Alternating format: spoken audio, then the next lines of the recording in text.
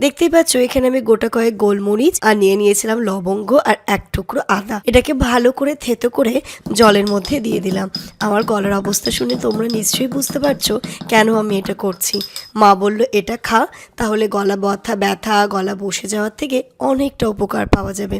এই যে মারা তো জানোই ওষুধে অতটা বিশ্বাসী নয়, বলে এইভাবে আয়ুর্বেদিক ট্রিটমেন্ট করলে জলদি সুস্থ হওয়া যায় এবং তোমার শরীরে অনেকটা ক্ষতিও কম হবে। আমার মা তো মোটামুটি একদম বলেই ফেলে এটা হলে এটা খাবে। আমাদের বাড়িতে যখন যেই সময়টাতে করোনা হয়েছিল না, ওই সময়টাতে সকাল সন্ধ্যা এটাই খাওয়া হতো।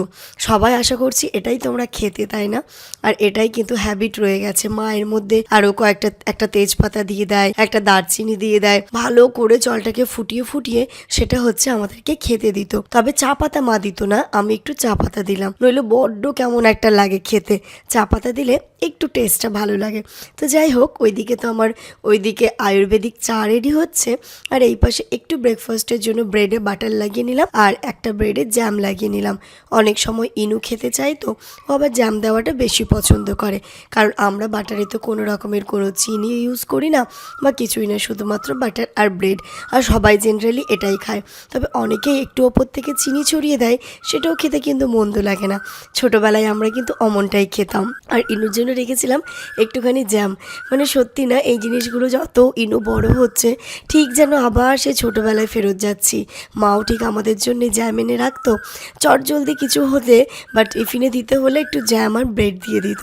এটা কিন্তু আমরা খুব ছোট্টবেলা থেকেই দেখে এসেছি। মাও যেহেতু ওয়ার্কিং ওমেন, মায়েরও তো অতটা হাতে সময় থাকে না যে একদম গুছিয়ে পরিপাটি করে সমস্ত খাবার বানিয়ে দেবে। মায়ের স্কুলটা অনেক দূরে, মাকে 8টা থেকে 8:30টার মধ্যে বেরিয়ে যেতে হয়। তার ভাবতে পারছো সকালবেলা উঠে বাড়ির রান্না বান্না, ব্রেকফাস্ট বানানো, তারপরে আমাদের টিফিন বানানোটা অতটা ইজি হয় না একটা মায়ের পক্ষে। তো এইভাবেই কিন্তু মা আমাদেরকে ম্যানেজ করেছে সমস্ত দিকটা।